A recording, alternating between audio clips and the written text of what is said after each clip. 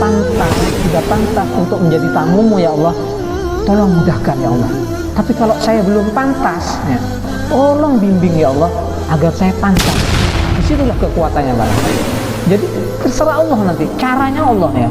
Kita masukkan ke kaleng-kaleng ini tadi nggak penuh kalengnya, tapi ternyata Allah pilih jalan yang lain. Ketika kita punya niat yang baik, ya, punya kerentek yang kuat, sampaikan sama Allah.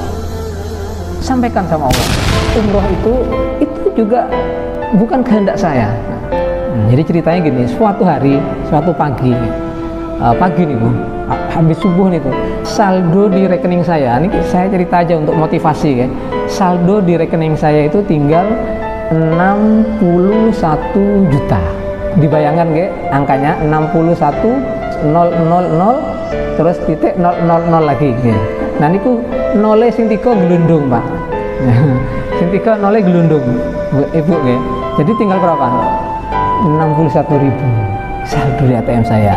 Ustadz ini ceritanya kayak melasemen, tidak selalu, kebetulan hari itu segitu saldonya. Saya coba lah, habis subuhan saya masih ingat di Wagis itu Alfa itu buka sampai 24 jam. Intinya subuh itu sudah buka, sudah ada ATM di situ.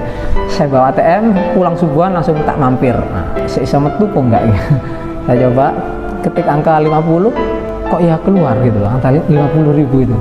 Berarti saldonya tinggal 11.000. Alhamdulillah, masih alhamdulillah Bu, masih ada 50.000 yang bisa ditarik. Kemudian saya pulang, saya kasihkan ke istri saya. Istri saya keluar belanja dan pulang-pulang beliau bawa kresek hitam, ditaruh di salah satu kursi bundar di situ, kursi kayu. Saya ingat itu, saya habis subuhan ngaji di depan komputer itu, biasanya di meja komputer itu ngaji saya. Nah, saya tanya, apa itu Dek? Beras. Jadi hari itu istri saya beli beras 1 kilo untuk makan hari itu. Alhamdulillah masih bisa mampu beli beras. Nah saat itu juga saya dapat WA. Hari itu juga, pagi itu juga saya dapat WA dari teman saya, sahabat lama saya. Biasanya panggil saya Gus. Alhamdulillah Gus, informasi jenengan dapat hadiah umroh. Jenengan dapat hadiah umroh.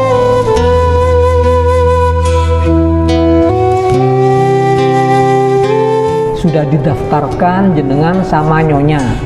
Saya itu ndelongok ya. Alhamdulillah. Tapi saya bingung sikap saya seperti apa.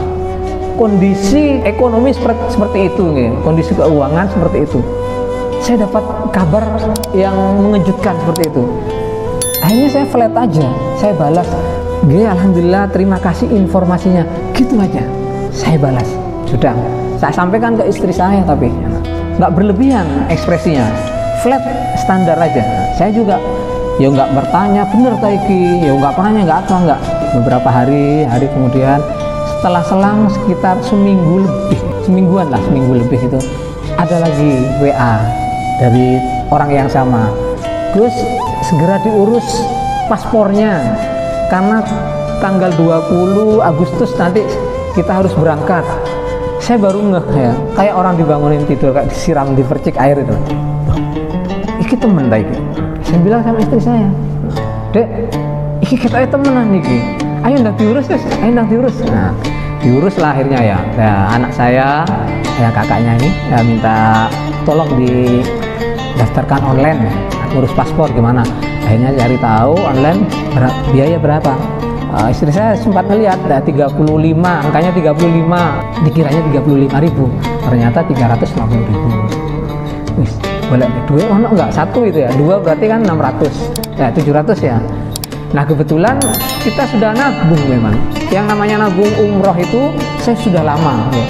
Sejak sebelum Covid kita sudah nabung umroh memang ya. Dan kata pesan dari beberapa ustadz, guru-guru kami, nek temenan niate tuku golek black biskuit, black kongguan nih, sing kawede nih temenan, dan jangan dicampurnya. Jadi ya saya pakai kaleng, tapi kebetulan nggak ada kaleng kongguan ya, adanya kaleng wafer agak besar.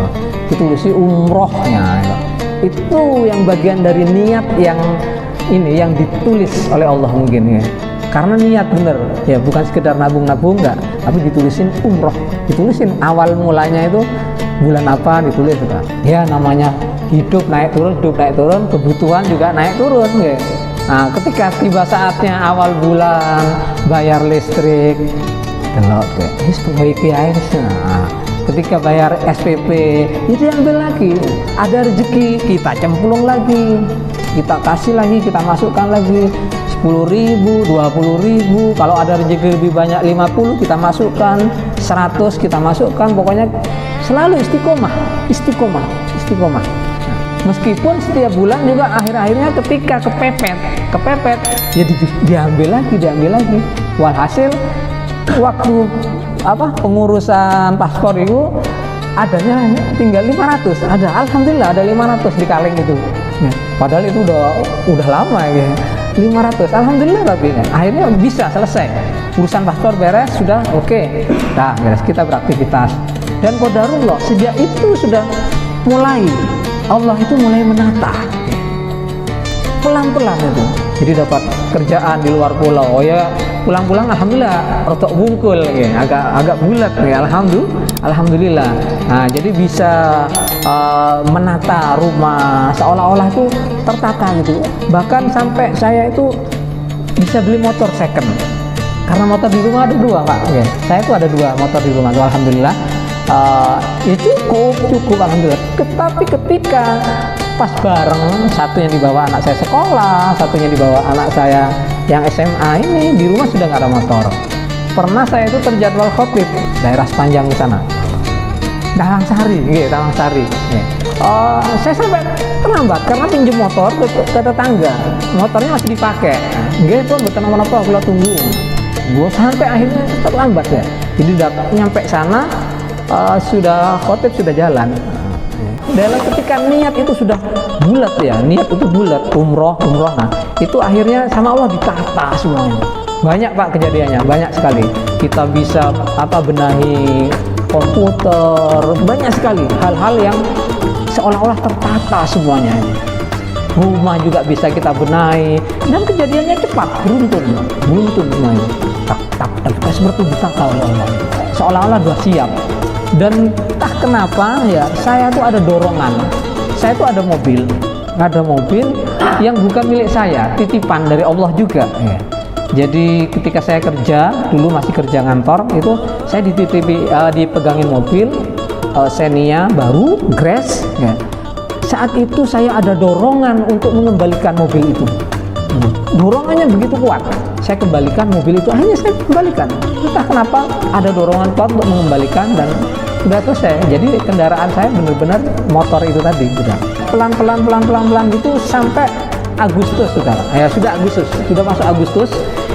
Paspor sudah jadi, alhamdulillah ya, paspor sudah jadi. Saya info pada teman saya itu, paspor alhamdulillah sudah jadi. Nah, di saat itu ada berita yang ya Allah mempermainkan ya, fa'alul lima yurid ya, yang pernah saya sampaikan itu, bahwasanya Allah itu suka-suka. Ada orang yang dengan hartanya bisa daftar umroh, tapi sampai di Jakarta pulang lagi. Ada loh ya.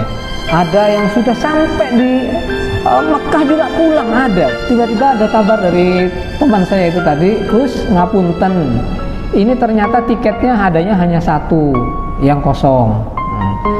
Kalau jenengan mau berangkat, tetap berangkat bulan Agustus nih, jenengan berangkatnya sendiri. Tapi kalau mau sama nyonya, sama istri, tunggu nanti Januari. Tapi lebih lama, kalau Januari 16 hari katanya. Nggih pun monggo, saya tuh tidak berhak. Ya alhamdulillah, mau kapanpun, mau gimana monggo. Tapi saya ingin sama istri.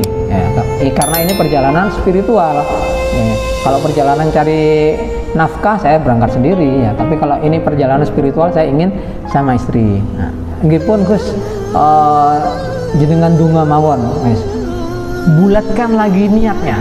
Nah, itu pesannya dari teman saya ini pengelola panti asuhan bayi ya, di Mojosari sana. Jadi secara spiritual saya angkat tangan ya. Beliau berpesan sama saya, kuatkan niatnya lagi Gus. Berdoa sama Allah, bulatkan lagi, harus mantap niatnya.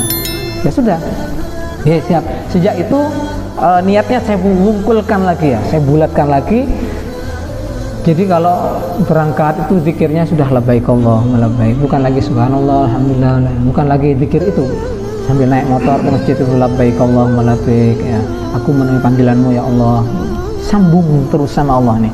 Ini disambungkan terus sama Allah. Doanya juga kayak gitu, ya Allah.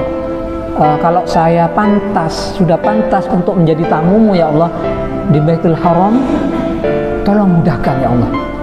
Tapi kalau saya belum pantas ya, tolong bimbing ya Allah agar saya pantas menjadi tamu di Baitul Haram. Doa saya ganti dengan itu. Dan sesekali juga saya dapat dari guru saya, sesekali kalau memang kangen sama Ka'bah, coba sholat qiyamul lail ya, sholat malam pakai baju ihram. Saya coba, nangis. Kita sholat ini pakai baju ihram, labbaik Allahumma labbaik labbaik la syarika lak labbaik. Nangis.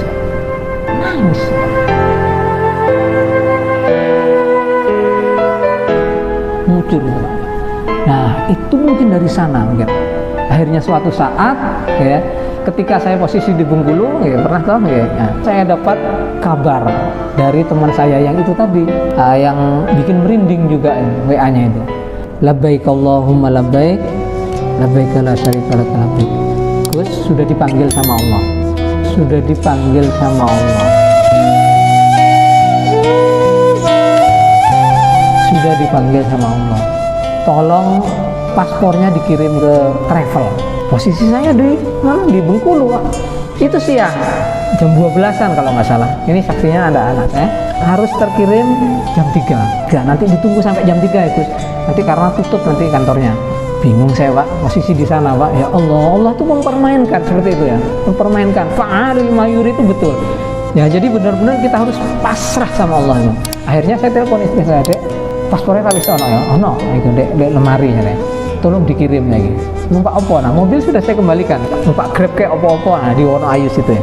Ya alhamdulillah berapa, sekitar 45 menit ya, sama anak saya ini. Ya alhamdulillah, terus besoknya baru kita ikut manasik. Online tuh manasiknya, Pak. Nah disitulah alhamdulillah baru saya menginfo ke orang tua saya bahwasanya insya Allah akan berangkat ke Tanah Suci.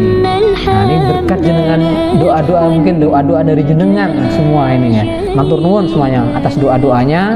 Allah mengizinkan untuk sholat di pelataran Ka'bah itu sesuatu yang luar biasa, Pak. Okay? Dari kecil kita itu dapat cerita aja ya. Bahwasanya dulu Rasulullah pernah disiksa di situ, Bilal bin Rabah pernah disiksa di pelataran Ka'bah situ. Nah, kita hadir di situ hanya beberapa meter dari Ka'bah, Pak. Itu yang luar biasa, Pak. Nah, disitulah kenapa itu? Kenapa Allah bisa memperjalankan seperti itu? Karena kebulatan niat kita. Ya. Nah, kita kan sudah belajar tentang ikhlas, ya. Seperti kejadian tadi sahabat Rasul tadi yang ingin tertancap panah di sini. Nah, disitulah kekuatannya, Pak. Jadi terserah Allah nanti, caranya Allah ya. Kita masukkan ke kaleng-kaleng ini tadi nggak penuh kalengnya, tapi ternyata Allah pilih jalan yang lain. Maka dari itu jenengan monggo, barangkali cerita sekelumit ini bisa menjadi spirit buat kita, motivasi buat kita semuanya yang hadir di sini. Jangan pernah merasa rendah ketika kita punya niat yang baik, ya, punya kerentek yang kuat, sampaikan sama Allah. Sampaikan sama Allah, ya Allah, misalkan saya ingin sekali umroh, atau saya ingin sekali naik haji, atau saya ingin sekali punya anak yang hafiz Quran. Sampaikan saja sama Allah, sampaikan. Kemudian pelan-pelan pantaskan diri, pantaskan diri, wis pantas turun. Jangan cuma disampaikan sama Allah, doa disampaikan ke Allah, tapi kita nggak pernah memantaskan diri. Diri kita perbaiki pelan-pelan, perbaiki. Nah, maka yang lain itu urusannya Allah nanti, caranya Allah sudah. Nah, pas sudah mendekat, Pak ya, mendekati itu ya, kita kan sudah positif itu. Nah, itu banyak hal-hal lagi, Pak, beruntun kejadian-kejadian itu, Pak. Mulai dari beras yang tadinya saya ceritakan satu ini, tiba-tiba datang dua karung beras, Pak.